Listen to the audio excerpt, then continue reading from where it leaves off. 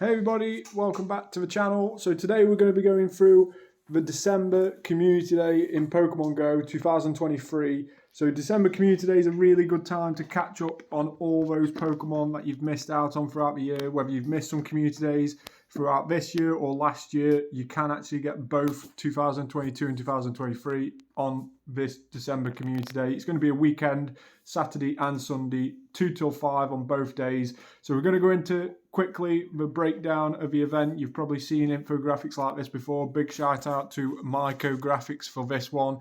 And we're also going to look into the move sets as well that you'll be able to get, and also some tips and tricks so you can make the most out of this event as well. So quick recap, we'll go over some of the bonuses of Pokemon at spawning. So on Saturday, basically 2023 gets split up into 2 different days.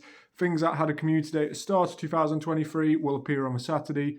Things that had a community day on the end of 2023 will have a community day, will have a feature on December Community Day on the Sunday. So on the Saturday, we have the likes of Slowpoke, both versions of Slowpoke, so normal Slowpoke and Glaring Slowpoke. We also have Togetic appearing as well.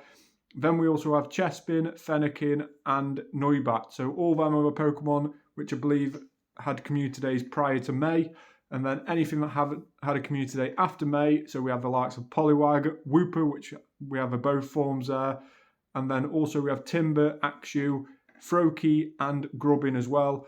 The Pokemon that had classic community days, they will be featured on both days. So that includes Charmander, Squirtle, Mareep, Swinub, and Larvitar. All those having that classic community day in the different months throughout the year as well.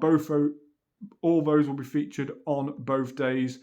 Also in raids, 1-star raids will be hatching throughout the day. All the Pokemon featured during 2022 community days will be on raids, and also those will also be in eggs, which eggs we'll come back to in a minute because that is one of the bonuses. There is a reduced egg hatch distance, so you can hatch those 2k eggs a lot quicker as well during the event.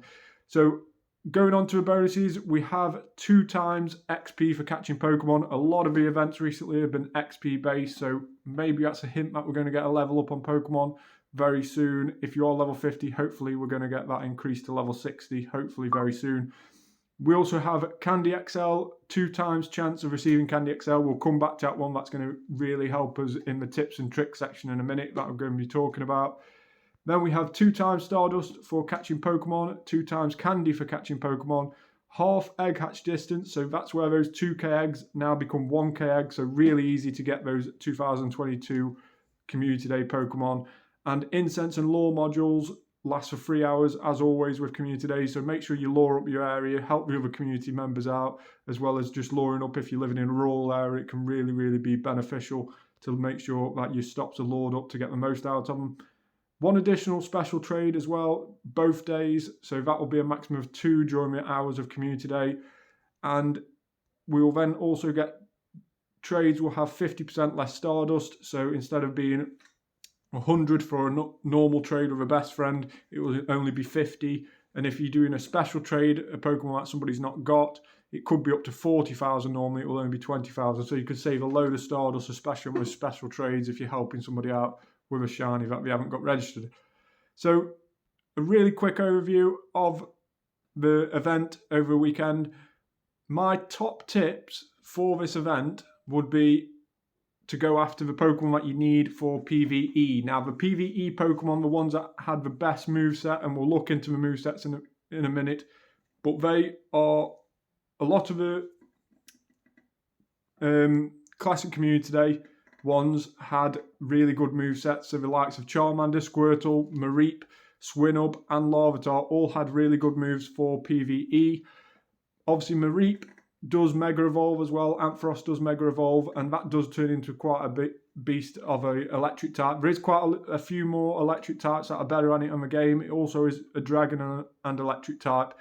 But if you are starting out on the game, it is a really good Pokemon to be going after, especially with that Mega Evolve. So if you haven't quite got a team of Zekroms or Exertries or stuff like that, then Mareep is a really good one to just have as a backup. The same goes for Charmander and Squirtle as well. So Charizard and Blastoise are really good fire and water types respectively. But they have been outclassed by the likes of Reshiram, for instance, in the fire category, and also the likes of, well, we'll get into Froakie as well in the water category, but also the likes of Kyogre, Primal Kyogre as well, of course. So those are really, really good backups. So if you're just starting on the game, it's really, really good to get loads of XL candy for them. And also, Larvitar is without doubt the best Dark type in the game, especially Shadow Larvitar is one of the best Dark types in the game. So it got given Brutal Swing, not this season, the season before, and that's completely made it outclass the Dark types. So it's a really, really good Dark type Pokemon. So definitely go after those Larvitars, catch them for the XL candy. Don't forget, during the event, if you are after a certain Pokemon for the XL candy, like I've just pointed out there, those 5 are really, really good ones to go after. If you're after a specific one, let's say you want more Larvitar XL because you missed out on that Classic Community Day, then make sure you Mega Evolve a Rock type Pokemon to get more XL candy for Larvitar. Make sure you Mega Evolve one of your Rock types that have got quite a high Mega level, and you'll get a lot more XL candy as well. During the event on Sunday, we have the likes of Timber, Axew, and Froakie. Now, Timber becomes Conkeldurr with a fighting type move. You don't really need a Community Day move to. It's better actually without a Community Day move because it learns Dynamic Punch without a Community Day move. So it has a better PvE reckoning in normal move sets. So you don't have to worry about evolving it during the Community Day hours. Just if you want a decent fighting type, you haven't got a load of Shadow Machamps or Lucarios or one thing or another, or Keldeos even, or Terrakions, all those are better than Conkeldurr as a fighting type. But if you haven't got loads of them, you've only recently started the game, or you've not yet built up those Terrakions and Keldeos because you've missed out on the raids and the research and stuff like that, then you can get Timber really easy during this event, and it's a really good time to get what is arguably the 5th best fighting type in the game at this moment in time. So really, really good chance to get it. Like I say, you don't have to go and evolve it during the Community Day hours as well. So that's a really good one for Timber. Just make sure you get loads to catch loads for that XL candy. Axew as a dragon type isn't amazing as a dragon type, but it is up there as one of the best with Haxorus. So it has been outclassed by countless amount of dragons, but it's still roughly within the top 10, I would say. So same again, if you are struggling with your dragon types, I know dragons spawn very rarely in the wild, so you could go after Axew as well if you wanted to. It is a very rare spawn as well. Froakie, now Froakie with a Community Day move, it learned Water Shragon, and that Community Day move actually makes it as good as Kyogre with Surf. So before Kyogre and the Primal Kyogre came out, and it could learn Origin Pulse, you had Kyogre with Surf, which was one of the best water types in the game, and Froakie's Community Day move, when it evolves into Greninja, is actually the best, up there with one of the best water types. So same again, if you've really struggled getting Kyogres on raids, Froakie is a really, really good one to have as a water type. It definitely outclasses Blastoise and Mega Blastoise, so it's a really, really good one. So my top tips would probably be to go for the likes of Larvitar, which is still the best in class as a Dark type when it evolves into Tyranitar. Obviously, it Mega evolves as well. Swinub is a really, really good Ice type when it evolves into Mamoswine. Same again, you don't have to have the Community Day move for either of those. If you want to Tyranitar with Rock type moves, then obviously evolve it during the Community Day because it learns Smackdown as a fast move. If you want it as a Dark type, then you don't have to worry about evolving Swinub or Larvitar during the event to get those Community Day moves. Froakie, I would definitely evolve during the Community Day move. It definitely has its best moveset when it's Greninja as a Community Day exclusive move. Axew and Timber, I would say to evolve Axew during the Community Day to get its best moveset, but with Timber, you don't have to evolve it, so don't worry about that. But they are the 5 that I would go after on Sunday. And the 5 I would go after on Saturday would be just all the classic Community Days. Get those Charmanders, those Squirtles, especially that the Shadows are out. They are a little bit more powerful, but they are decent backups in the Fire and Water type. Mareep is a good Electric type if you've really struggled.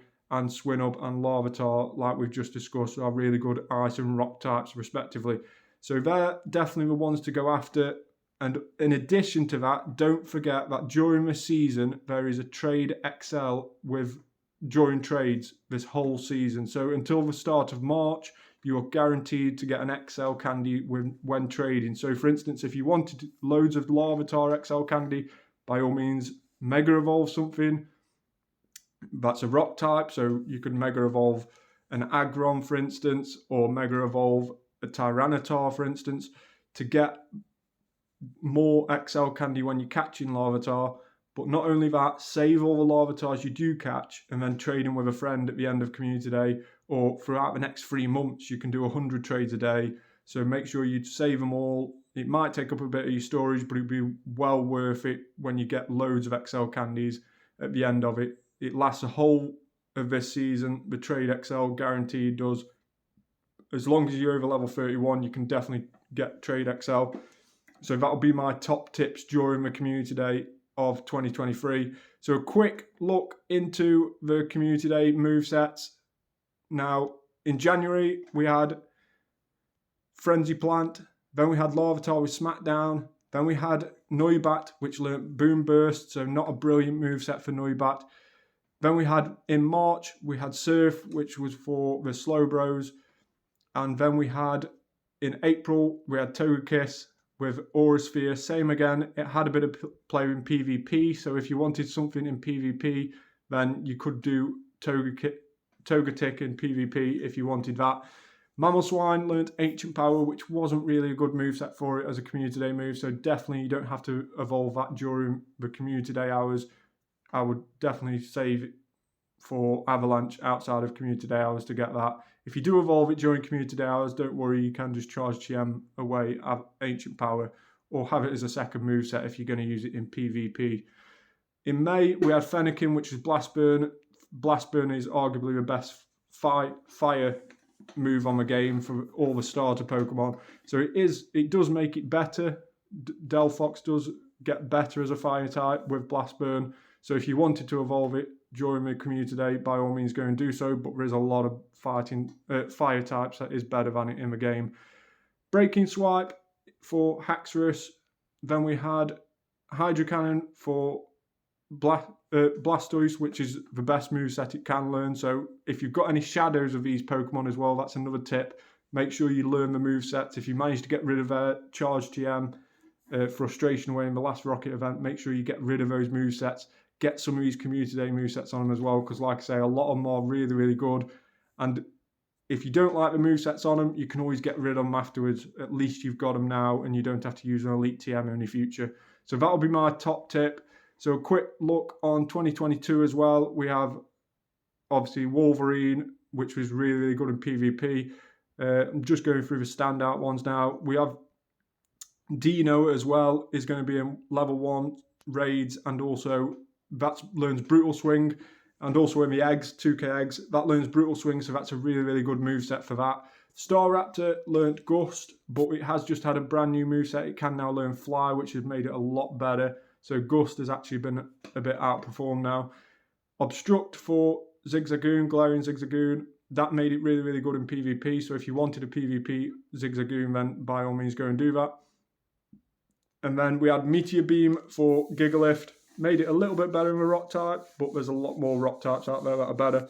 And then obviously we had like the likes of Teddy Ursa and also Chandelier. Didn't make it too much better with those Community Day moves, but at least you can get rid of those in a future date. So my top tip will be definitely to evolve anything you want to evolve during the Community Day to get the movesets, but you can always get rid of them afterwards. But yeah, going back to the top tips, focus on those 5 Pokemon on December the 16th on Saturday. Charmander, Squirtle, Mareep, Swinub and Larvitar. Focus on them and get loads of XL candy for them if you can. Then on Sunday, focus on those same 5 again, but also include Froakie, Axew and Timber for PvE. In terms of PvP, I'm not a PvP expert, but you can go for your PvP Pokemon, for instance, if you like Togekiss and stuff like that. Get XL candy for that. It's very player preference specific, so if you're after something for PvP, by all means go and hunt that XL candy. I'm not telling everybody what to do, I'm just giving you my tips of what I'm definitely going to do, and obviously how to make the most out of how much XL candy you can get for these Pokemon. A lot of the classic Community Day Pokemon that you see here, when we did have a Community Day originally, you couldn't actually earn XL candy. It was that long ago in the game, before XL candy was even a thing. So it's a really good chance to pick up those XL candies that we perhaps missed out on in its first Community Day. So let me know in the comments below what you're going to be hunting during the Community Day in December. I know it's been a long video, but thanks very much for watching. Hopefully this has made some sense. Hopefully I haven't gone over too many things, but hopefully you find loads more tips in this video that can help you out during this Community Day to make sure you maximize the amount of XL candy you get for those PvE Pokemon. Thanks very much for watching. Please subscribe to the channel and I'll catch you on the next video.